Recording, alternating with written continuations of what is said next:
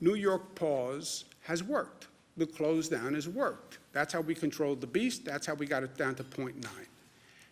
However, we're not there yet. We're just at 0.9. Again, Wuhan got down to 0.3. So we have to continue doing what we're doing.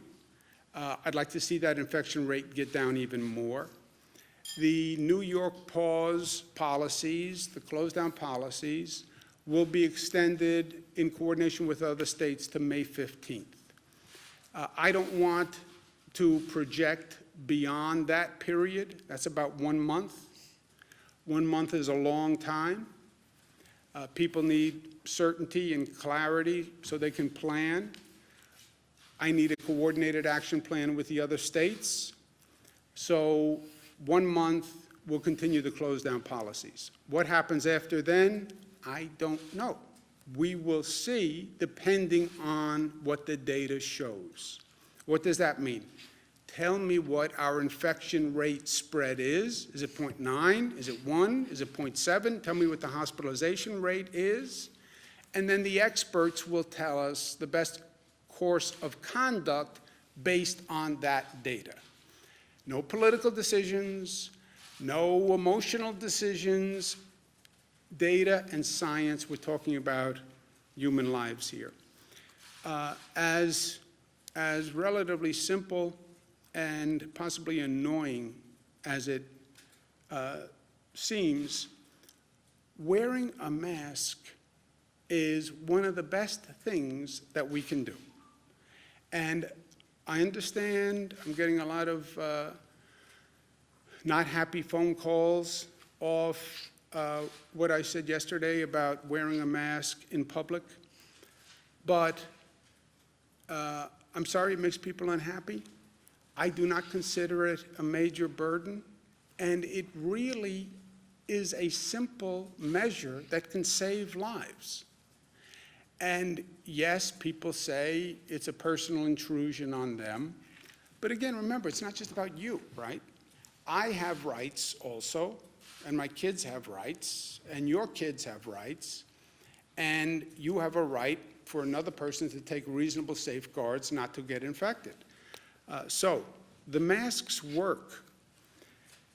We said in public today, I'm going to include public transportation systems, private transportation carriers, for-hire vehicles, any operator of a public system, an operator of a private carrier, and for-hire vehicles must wear a mask at all times.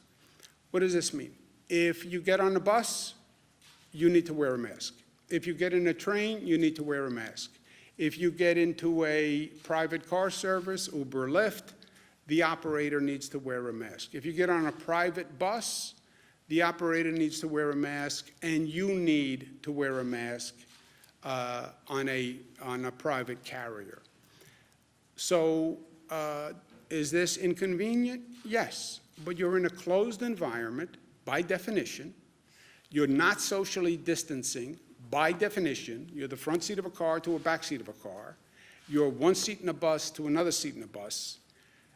This is a precaution for everyone that I think balances individual liberties with a social conscience. This will go into effect Friday, 8 p.m. Ultimately, what determines the rate of infection? You do, and I do. That's what this all comes down to, as simple as it sounds. It's not about government. It's not about anything else. It's about what people decide to do and what people have decided to do. They have brought this infection rate down. It's that simple. Nurses, doctors did a phenomenal job. First responders did a phenomenal job. Essential workers did a phenomenal job. But that rate came down because people changed their behavior. That's what happened. It is about the behavior of our people. It's that simple. It's our behavior. It's our level of discipline. It's how we educate our children. It's how considerate we are of others. What we're willing to do to safeguard others' health in our community. That's what makes all the difference on what we're doing. And it is the simple things. It's wearing a mask, it's washing your hands, it's the hand sanitizer, it's the social distance, it's making sure your children understand what to do, what not to do. It's all of these simple procedures that seem almost insignificant, but on a collective basis make all the difference in the world.